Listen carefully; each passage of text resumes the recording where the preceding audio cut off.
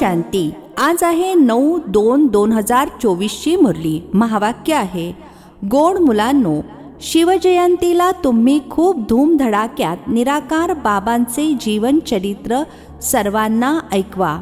ही शिवजयंतीच हिरेतुल्य आहे.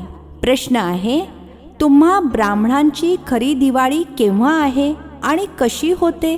उत्तर आहे, वास्तविक शिवजयंतीच तुमच्यासाठी खरी दिवाळी आहे.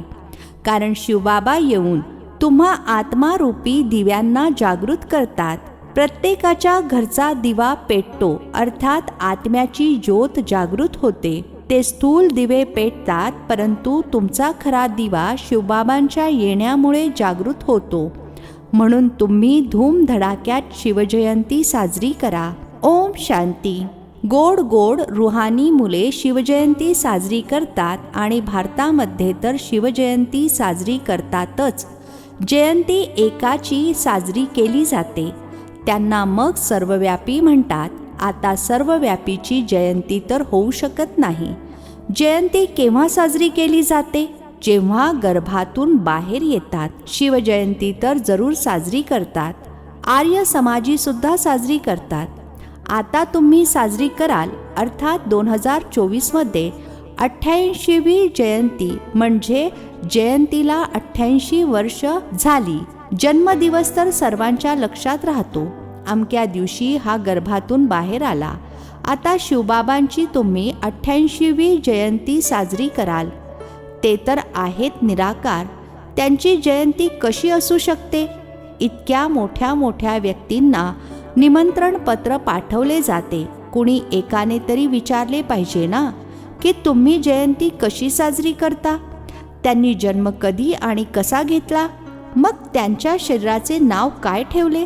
परंतु असे पत्थरबुद्धी आहेत जे कधी विचारत सुद्धा नाहीत.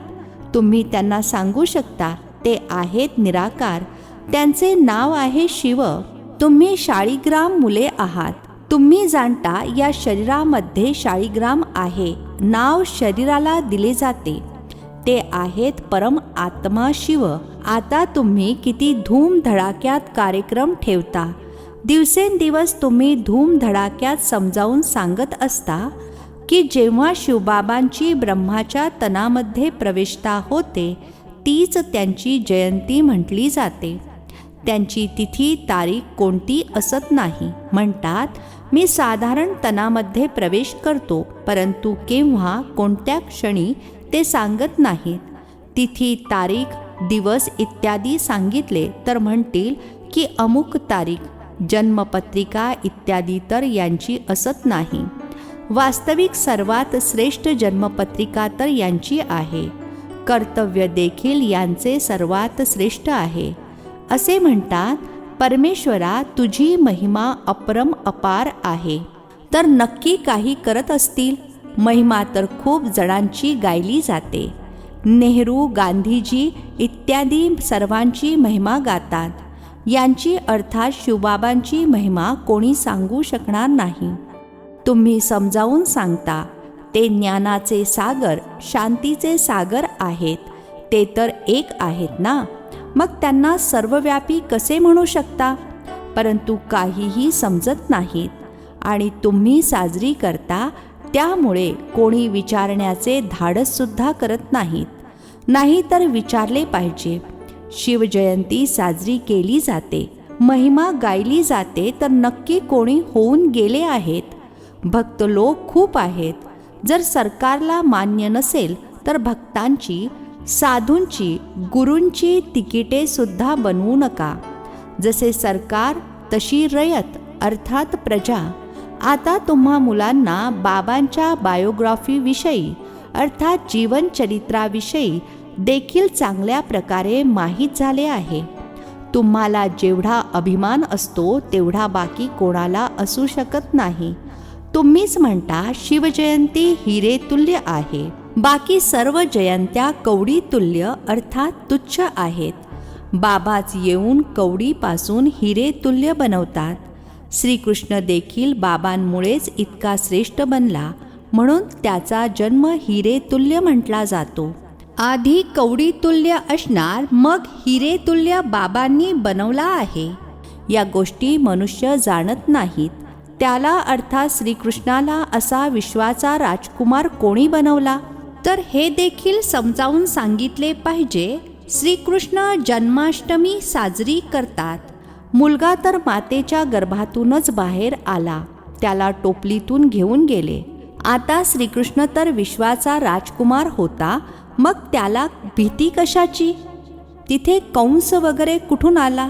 या सर्व गोष्टी शास्त्रांमध्ये लिहून ठेवल्या आहेत. आता तुम्ही त्यांना चांगल्या प्रकारे समजावून सांगितले पाहिजे. समजावून सांगण्याच्या युक्त्या खूप चांगल्या पाहिजेत. सर्वच काही एकसारखे शिकवू शकत नाहीत. तर्कशुद्ध पद्धतीने समजावून सांगितले न गेल्याने मग अजूनच डिससर्व्हिस होते. आता शिवजयंती साजरी केली जाते तर जरूर शिवाचीच महिमा करणार. गांधी जयंतीला गांधीजींचीच महिमा करणार, इतर काहीच सुचणार नाही. आता तुम्ही शिवजयंती साजरी करता तर नक्की त्यांची महिमा, त्यांची बायोग्राफी अथवा जीवनचरित्र देखील असेल. तुम्ही त्या दिवशी त्यांचेच जीवनचरित्र बसून ऐकवा. जसे बाबा म्हणतात, कोणी मनुष्य विचारतही नाही की शिवजयंती कशी सुरू झाली. त्याचे काहीही वर्णन नाहीये. त्यांची महिमा तर अपरंपार गायली जाते. शिवबाबांना भोलानाथ म्हणत खूप महिमा करतात. ते तर भोला भंडारी आहेत आणि ती लोक अर्थात दुनियावाले शिवशंकर म्हणतात. शंकराला भोलानाथ समजतात. वास्तविक भोलानाथ तर शंकर काही वाटत नाही. त्याच्यासाठी तर म्हणतात नेत्र उघडला आणि विनाश झाला. धोत्रा खातात, त्यांना मग भोलानाथ कसे म्हणू शकणार? महिमा तर एकाचीच असते. तुम्हाला शिवच्या मंदिरामध्ये जाऊन समजावून सांगितले पाहिजे. तिथे भरपूर लोक येतात तर शिवचे जीवनचरित्र ऐकवायचे आहे. म्हणतात भोला भंडारी शिवबाबा. आता शिव आणि शंकर यांच्यामधील फरक देखील तुम्हीच सांगितला आहे. शिवची पूजा होते शिवच्या मंदिरामध्ये, तर तिथे जाऊन तुम्हाला शिवची जीवन कहाणी सांगायची आहे. जीवन कहाणी शब्द ऐकून कोणाचे डोकेच फिरेल की शिवची जीवन कहाणी कशी सांगणार? तर मनुष्य अद्भुत गोष्ट समजून खूप येतील. सांगा, निमंत्रणाप्रमाणे जे येतील त्यांना आम्ही निराकार परमपिता परमात्म्याची जीवन कहाणी सांगू. गांधी इत्यादींचे देखील बायोग्राफी अर्थात जीवनचरित्र ऐकतात ना. आता तुम्ही शिवची महिमा कराल तर मनुष्यांच्या बुद्धीतून सर्वव्यापीची गोष्ट निघून जाईल. एकाची महिमा मग दुसऱ्याशी मेळ खाऊ शकत नाही. हा जो मंडप बनवतात किंवा प्रदर्शनी भरवतात ते काही शिवाचे मंदिर तर नाहीये. तुम्ही जाणता, खरे खुरे शिवचे मंदिर वास्तविक हे आहे, जिथे रचता स्वतः बसून रचता आणि रचनेच्या आदी मध्य अंताचे रहस्य समजावून सांगतात. तुम्ही लिहू शकता, रचयित्याची जीवन कहाणी आणि रचनेच्या आदी मध्य अंताचे रहस्य किंवा इतिहास सांगू. हिंदी इंग्रजीमध्ये लिहा. मोठ्या मोठ्या लोकांकडे जाल तर ते आश्चर्यचकित होतील की हे कोण आहेत जे परमपिता परमात्म्याचे जीवनचरित्र सांगतात. तुम्ही फक्त रचनेबद्दल सांगाल तर समजतील की प्रलय झाला आणि मग नवीन रचना रचली. परंतु नाही, तुम्हाला तर समजावून सांगायचे आहे. बाबा येऊन पतितांना पावन बनवतात तर मनुष्य आश्चर्यचकित होतील. शिवच्या मंदिरात देखील भरपूर येतील. हॉल किंवा मंडप मोठा असला पाहिजे. भले तुम्ही प्रभात फेरी काढता, त्यात देखील हे लक्ष्मीनारायणाचे राज्य कोणी स्थापन केले हे त्यांना समजावून सांगायचे आहे. निराकार शिवबाबा जे सर्व आत्म्यांचे पिता आहेत तेच येऊन राजयोग शिकवतात. अशा प्रकारे विचारसागर मंथन केले पाहिजे की शिवच्या मंदिरात जाऊन कशा प्रकारे सेवा केली पाहिजे. शिवच्या मंदिरामध्ये सकाळी पूजा करतात, घंटा वगैरे सकाळी वाजतात.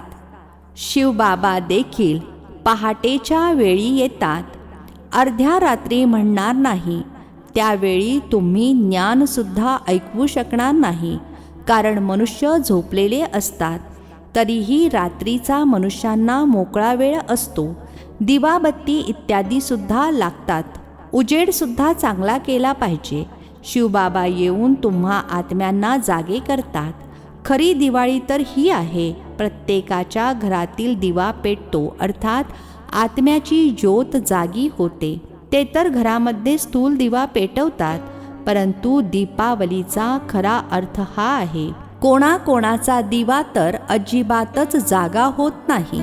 तुम्ही जाणता आपला दिवा कसा जागृत होतो? कोणी मेल्यावर दिवा पेटवतात की अंधार होऊ नये, परंतु पहिले आत्म्याचा दिवा तर जागृत झाला पाहिजे, तेव्हा अंधार होणार नाही.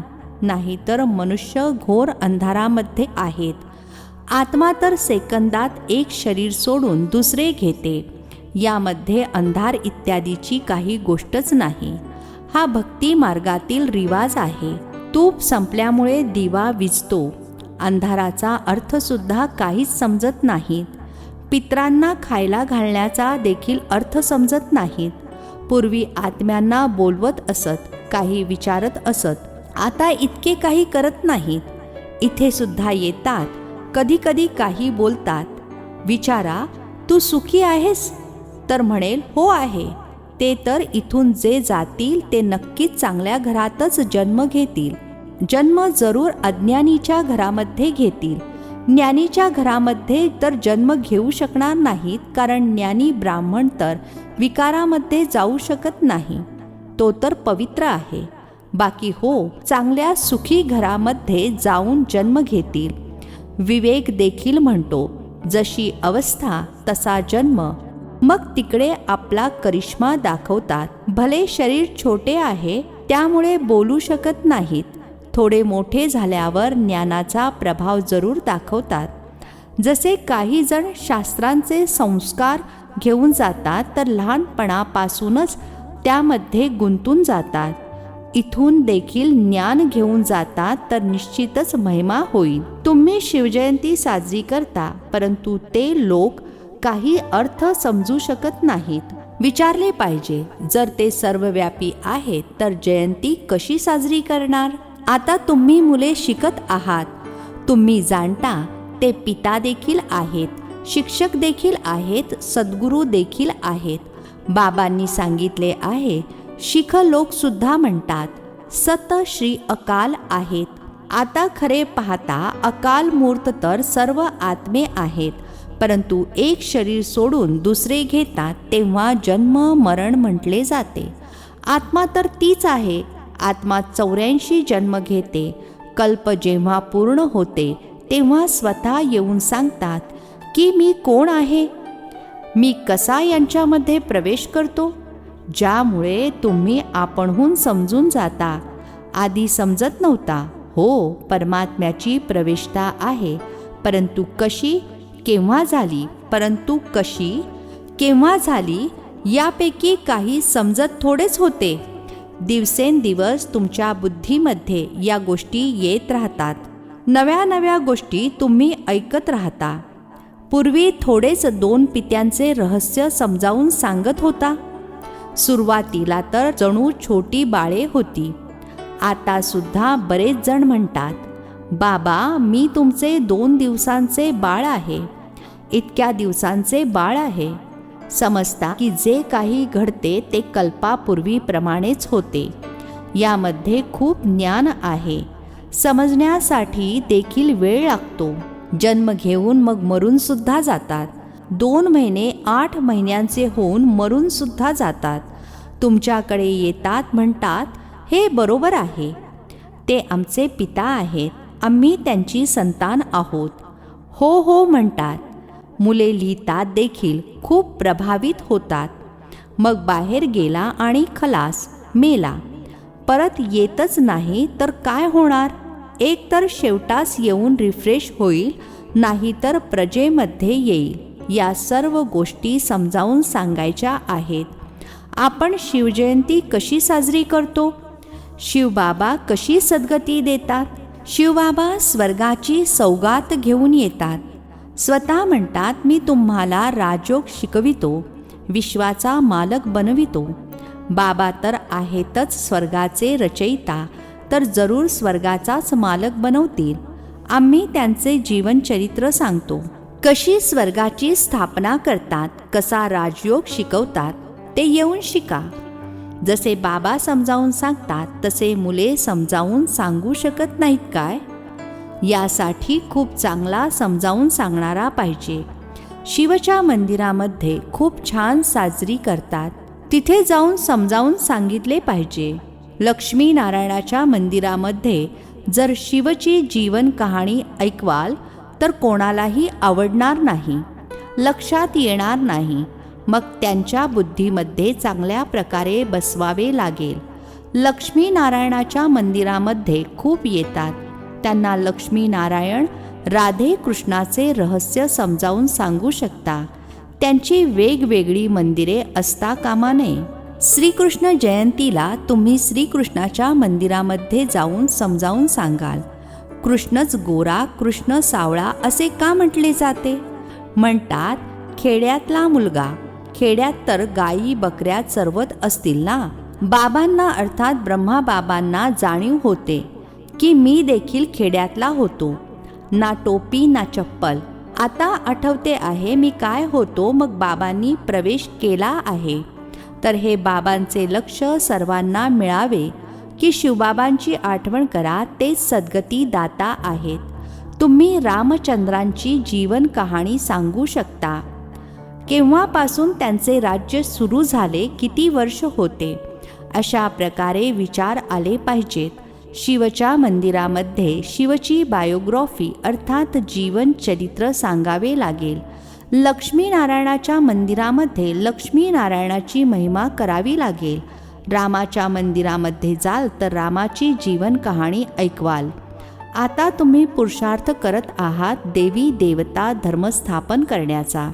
हिंदू धर्म तर कोणीही स्थापन केलेला नाहीये, परंतु हिंदू काही धर्म नाहीये हे सरळ म्हटल्याने रागावतील. समजतील हे कोणी ख्रिश्चन आहेत. तुम्ही सांगा आम्ही आदी सनातन देवी देवता धर्माचे आहोत, ज्याला आजकाल हिंदू म्हटले आहे. अच्छा, गोड गोड खूप खूप वर्षांनंतर भेटलेल्या मुलांप्रती मात पिता बापदादांची प्रेमपूर्वक आठवण आणि सुप्रभात. आत्मिक पित्याचा आत्मिक मुलांना नमस्ते. आम्हा आत्मिक मुलांचाही आत्मिक पित्याला नमस्ते. धारणेसाठी मुख्य सारांश. पहिला पॉइंट आहे, शिवजयंती धूमधडाक्यात साजरी करा. शिवबाबांच्या मंदिरामध्ये शिवाचे आणि लक्ष्मीनारायणाच्या मंदिरामध्ये लक्ष्मीनारायणाचे किंवा राधे कृष्णाचे जीवनचरित्र ऐकवा. सर्वांना तर्कशुद्धपणे स्पष्टीकरण द्या. दुसरा पॉइंट आहे, अज्ञानाच्या अंधकारापासून वाचण्यासाठी आत्मारूपी दिव्याला ज्ञानरूपी तुपाने सदैव प्रज्वलित ठेवायचे आहे. इतरांना देखील अज्ञान अंधकारातून बाहेर काढायचे आहे. आजचे वरदान, सर्व खजिन्यांनी संपन्न बनून निरंतर सेवा करणारे अखूट अखंड महादानी भव. सर्व खजिन्यांनी संपन्न बनून निरंतर सेवा करणारे अखूट अखंड महादानी भव. स्पष्टीकरण आहे, बाप दादांनी संगम युगामध्ये सर्व मुलांना अटल अखंडचे वरदान दिले आहे, जे या वरदानाला जीवनामध्ये धारण करून अखंड महादानी अर्थात निरंतर सहज सेवाधारी बनतात. ते नंबर 1 बनतात. द्वापारपासून भक्त आत्मे देखील दानी बनतात, परंतु अखूट अर्थात अक्षय खजिन्यांचे दानी बनू शकत नाहीत. विनाशी खजिन्याचे अथवा वस्तूंचे दानी बनतात, परंतु तुम्ही दात्याची मुले जी सर्व खजिन्यांनी संपन्न आहात, ती 1 सेकंद देखील दान दिल्याशिवाय राहू शकत नाहीत. स्लोगन आहे, आतील सच्चाई सफाई तेव्हा प्रत्यक्ष होते जेव्हा स्वभावामध्ये साधेपणा असतो. आतील सच्चाई सफाई तेव्हा प्रत्यक्ष होते जेव्हा स्वभावामध्ये साधेपणा असतो. अच्छा, ओम शांती.